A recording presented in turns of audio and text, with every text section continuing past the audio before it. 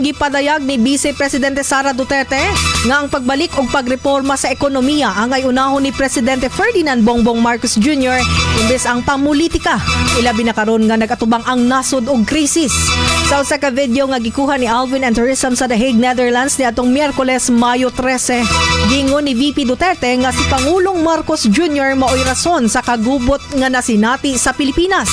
Sa karon nga administrasyon ni Marcos, natala sa Philippine Statistics Authority kon PSA nga misaka sa 7.2% ang inflation rate sa nasod.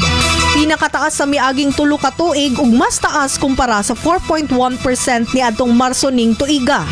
Matod pa niya, imbes unta nga tutukan ang pagsulbad sa mga problema sa nasod, gigamit matod pa sa administrasyon ang tanang government resources aron puhagon ang mga politikal nga kalaban og katong dili uyon og dili mo suporta sa administrasyon.